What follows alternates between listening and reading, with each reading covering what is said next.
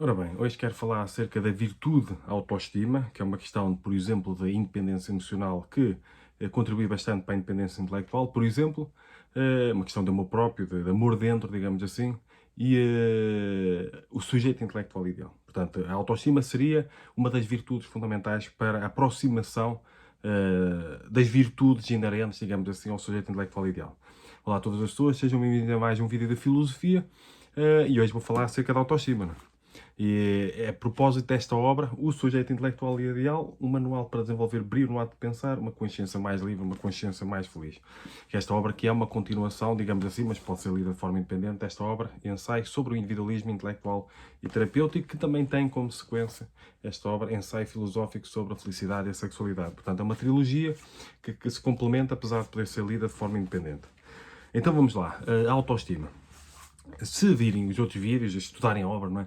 Vocês poderão perceber que este sujeito intelectual ideal é um sujeito intelectual que eu criei com uma data de virtudes que seriam a priori universalizáveis. Não é? Essas virtudes seriam universalizáveis no sentido quase que no imperativo categórico de Kant. Há de tal forma que a tua ação se possa tornar universal. Portanto, a humildade seria universalizável. Não é? Se toda a gente fosse humilde, seria melhor para o mundo, digamos assim, ou seria sustentável. Se toda a gente fosse corajosa, entre aspas, no melhor sentido possível, seria sustentável. Não é? Se toda a gente tivesse autoestima, não é? Se toda a gente tivesse prudência, isso seria sustentável, digamos assim. É universalizável, entre aspas. Portanto, há uma data de virtudes que, se uma pessoa for a pensar bem, elas seriam universalizáveis se fossem praticadas. E este modelo a ser seguido, que pressupõe uma aplicabilidade, não pressupõe omnisciência, pressupõe uma melhor relação possível, por exemplo, com a própria ignorância, com o conhecimento do sentido geral, com a verdade com V grande, com as diferentes propostas de verdade que possam aparecer, e que pressupõe, muitas das vezes, contrariar as tendências inconscientes do próprio ego, que tem as tendências para o confortocentrismo e para o imediatismo, por exemplo. E também, como é um sistema de sobrevivência e reprodução da espécie, o nosso ego tem uma grande tendência para os maiores medos do ego, não é? É o medo da dor, o medo da morte e o medo da rejeição. E onde reparar que há uma grande relação entre a falta de autoestima e o medo da rejeição. Portanto, se uma pessoa se quiser aproximar do sujeito intelectual ideal, digamos assim, e pensar da melhor forma possível, principalmente quando aparece uma nova proposta de verdade, uma das características fundamentais, uma das virtudes fundamentais que uma pessoa precisa desenvolver é a autoestima.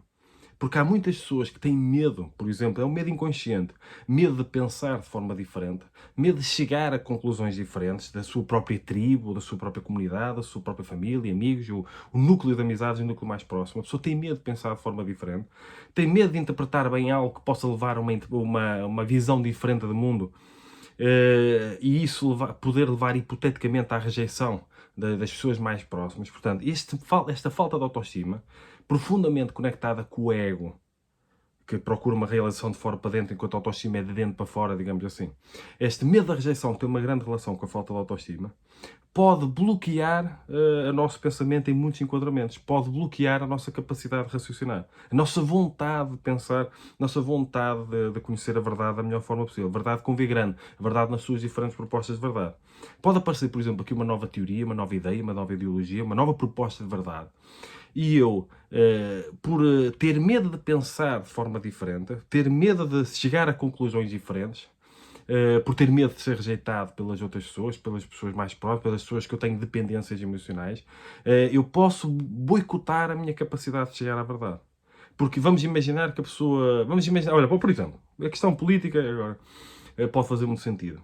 Em questão de ideologias políticas. Vamos imaginar que a pessoa de direita, a pessoa de esquerda, vamos imaginar que a pessoa vive num enquadramento, por exemplo, num enquadramento de família de direita. Vamos imaginar que aparece uma nova proposta de verdade e que a pessoa, nessa proposta de verdade, nessa nova abordagem, nessa nova interpretação do mundo, a pessoa poderia chegar à conclusão, por exemplo, se calhar a visão mais próxima da esquerda é mais adequada em relação à realidade. A pessoa poderia boicotar essa aproximação dessa visão de esquerda, por exemplo, por ter medo de, ao ter um enquadramento mais à esquerda, poder ser rejeitada pela própria família por ter um enquadramento mais à direita. Estão a perceber? Agora, neste enquadramento político, é muito comum as pessoas pensarem acerca disso, e vice-versa, não é? A questão pode ser da família de esquerda e a pessoa ter uma visão mais à direita, seja o que for, ou conservadorismo e progressismo, seja o que for. Vocês estão a compreender que a pessoa pode ter medo de chegar a uma conclusão interpretativa mais próxima da verdade, caso essa proposta de verdade obriga a pessoa a colocar em causa o próprio sistema de crenças e, ao ter de colocar em causa o próprio sistema de crenças, poder ter medo de ser rejeitado por ter crenças diferentes, depois práticas e hábitos e tradições diferentes, não é? Consequentemente, tem medo de ser rejeitado pelas pessoas diante das quais pode ter dependência emocional. Porquê? Por não ter autoestima. Estão a compreender?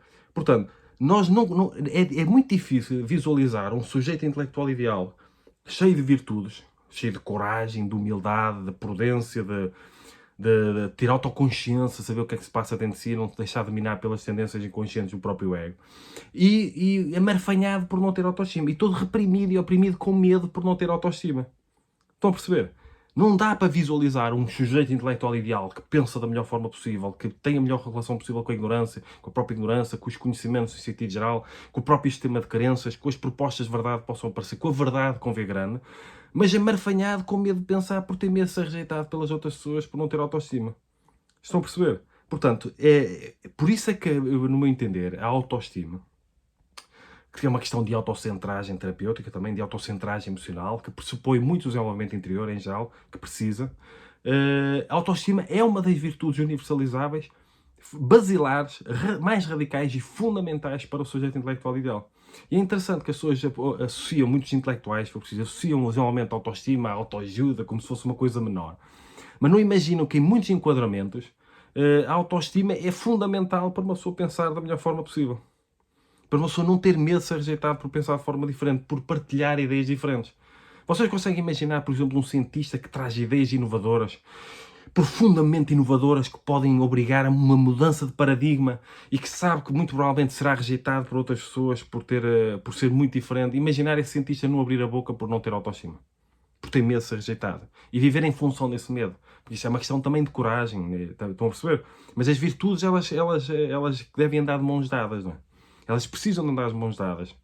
Precisam de umas das outras, digamos assim, para nos aproximarmos, neste caso, o máximo possível do sujeito intelectual ideal. Consegue imaginar um cientista trazer uma boa nova, trazer uma novidade científica? Estou a dar este exemplo, poderia ser outro qualquer. E não abrir a boca ou não manifestar a sua nova teoria, a sua nova visão do mundo por ter medo de ser rejeitado pelos próprios pares, pela comunidade científica? E pronto, essa nova teoria, a humanidade ficaria a perder por um cientista genial não ter autoestima, por exemplo, não ter coragem, virtudes fundamentais para o sujeito intelectual ideal. Estão a perceber? É que o nosso ego é um sistema de sobrevivência e reprodução da espécie.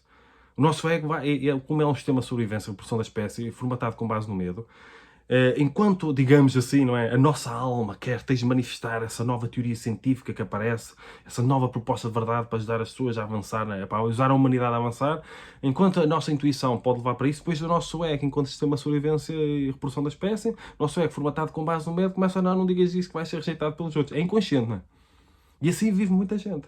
Não tem autoestima e tem medo de falar, medo de dizer, medo de ser, medo de acreditar em certas teorias, ideias, ideologias, medo de manifestar a sua crença em certas teorias, ideias, ideologias. A falta de autoestima é como se fosse está profundamente envolvida com um auto-boicote intelectual, mesmo de forma indireta e inconsciente. Porque há uma grande relação entre independência emocional e independência intelectual. Uma pessoa que não tem autoestima nenhuma e que fica muito acovardada nessa falta de autoestima, eu digo isto com paixão, que eu quero é que as pessoas se desenvolvam interiormente e sejam potencialmente mais felizes, por exemplo, a falta de autoestima ela amarfanha. Não dá para visualizar um sujeito intelectual ideal, cheio de virtudes, mas não tendo autoestima nenhuma, não gostando de si, com medo de ser rejeitado, com medo, com dependência emocional. Ai, o que é que as pessoas vão dizer, o que é que as pessoas vão pensar, o que é que as pessoas vão fazer. Estão a perceber? Então, a autoestima é fundamental para o sujeito intelectual ideal e nós, ao desenvolvermos a autoestima, essa virtude, digamos, emocional, que também tem consequências intelectuais, morais, ético-morais, seja o que for, é fundamental para nós nos aproximarmos do sujeito intelectual ideal e pensarmos da melhor forma possível diante de outras propostas de verdade. Porque a ideia deste sujeito intelectual ideal é o culto de virtudes que nos ajudem a ter uma melhor relação possível, principalmente com o desconforto intelectual. Porque é muito, entre aspas, é muito comum as pessoas terem uma mente, ou acharem que têm uma mente muito aberta, até parecer alguma coisa que provoque desconforto intelectual. Isto é o que eu falei no último vídeo. E é muito fácil, então, uma pessoa achar que tem muita mente aberta e flexibilidade intelectual e é um livre pensador, até parecer uma proposta de verdade ou até ter de manifestar uma crença que sabe poderá ser rejeitada por outras pessoas que, dentro das quais têm dependência emocional inconsciente, por não ter autoestima, por não gostar de si verdadeiramente. Por isso é que este desenvolvimento interior, mais associado às emoções, é fundamental para o brio intelectual, de uma maneira ou de outra. E fica aqui mais um vídeo de reflexão filosófica. Eu dou um curso totalmente online sobre esta obra, O Sujeito Intelectual Ideal, e também sobre estas obras, o ensaio sobre individualismo intelectual e terapêutico e o ensaio filosófico sobre felicidade e sexualidade. Cada um destes livros tem um curso totalmente online, cada aula eu dou a cada pessoa, a abordar os temas principais de cada livro. Eles complementam-se. Eu tenho a certeza que qualquer pessoa que leia estes 3 livros e que estude estes 3 livros, nunca mais ficará a pensar da mesma maneira. A ideia é mesmo essa, né? É ser transformador. É por pensar, dar uma visão de mundo que as pessoas nunca imaginaram. Até em termos políticos. Portanto, fica aqui, já que eu falei de política, a questão de direita-esquerda, é sempre um vespeiro quando uma pessoa toca nessa questão. É sempre difícil, mas eu sei que aí uma pessoa é mais fácil uma pessoa chegar porque é mais comum, digamos assim. Portanto, fica mais próximo da vida das pessoas.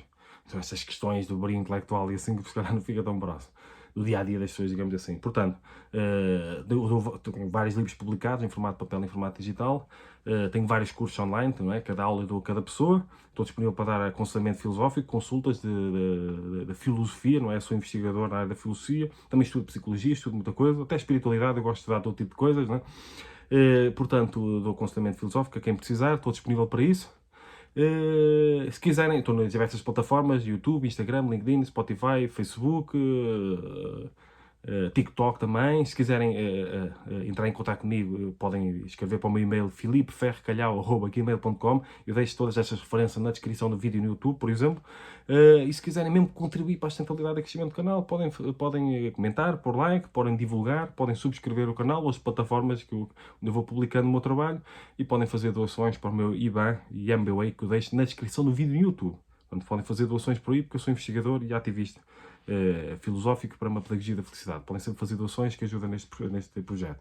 Portanto, fica aqui mais um vídeo de aconselhamento filosófico. Se acharem que este vídeo possa ser importante para alguém, sugiro e peço que enviem, porque isto ajuda sempre, pode ajudar outra pessoa que pode precisar deste tipo de conhecimentos e ajuda a divulgar o meu trabalho. É sempre bem-vindo e eu agradeço bastante. Portanto, fica aqui mais um vídeo de aconselhamento filosófico.